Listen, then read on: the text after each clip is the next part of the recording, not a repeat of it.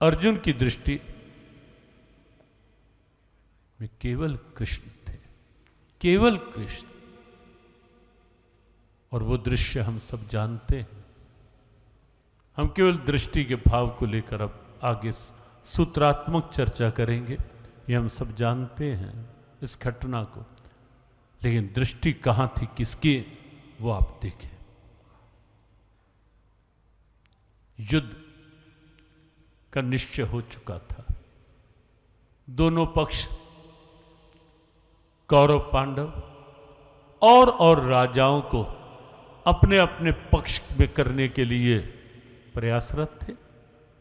और उसी क्रम में भगवान कृष्ण के पास भी पहुंचे।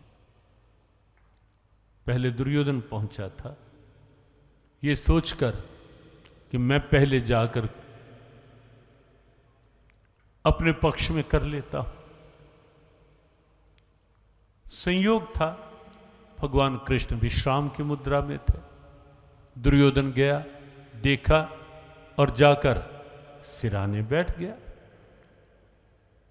अभिमानी है,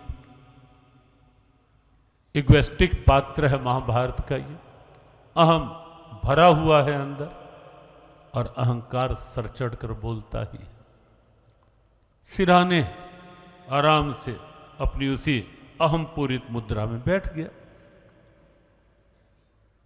कुछ ही समय में अर्जुन भी आ गया। अर्जुन ने देखा भगवान कृष्ण विश्राम में। तो दृष्टि की बात हमें केवल यहां पकड़नी है कि किसकी कहां दृष्टि है। अर्जुन भी आया। अर्जुन ने देखा भगवान कृष्ण विश्राम में। परंपराओं का सम्मान तो है ही ना, कि कहां किसके सामने परंपराएं क्या होती हैं, कहां किसके सामने कैसी बात करनी है, कहां किसके सामने कैसे बैठना है, ये सब भी सनातन परंपराओं के अंतर्गत आता है। कहां कैसा व्यवहार, कहां कैसा आहार, ये सब परंपराओं के अंग। अर्जुन आया, देखा भगवान कृष्ण विश्राम की मुद्रा में, चुपके से, कहीं निद्रा भंग ना हो जाए, मैं कारण ना बनूं भगवान कृष्ण की निद्रा में बाधा डालने का। चुपके से अंदर आया और आकर देखते ही श्री चरणों की ओर विनम्र भाव से हाथ जोड़कर सामने खड़ा रहा, कि तब तक बैठा भी नहीं, सामने खड़ा हो गया।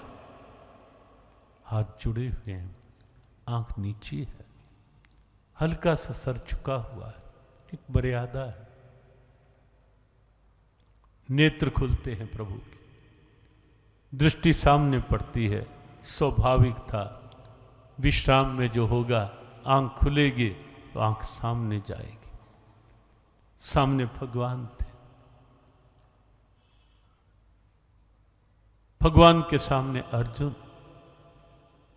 दृष्टि पड़ते ही श्री कृष्ण ने पूछ लिया, पार्थ यहां कैसे? अर्जुन चुप, मौन, उत्तर बन नहीं पा रहा था। आनंद में था। भगवान की दृष्टि मिल गई। भगवान ने मुस्कुराकर पूछ लिया, पार्थ कह दिया। इससे बढ़कर भक्त को चाहिए भी क्या?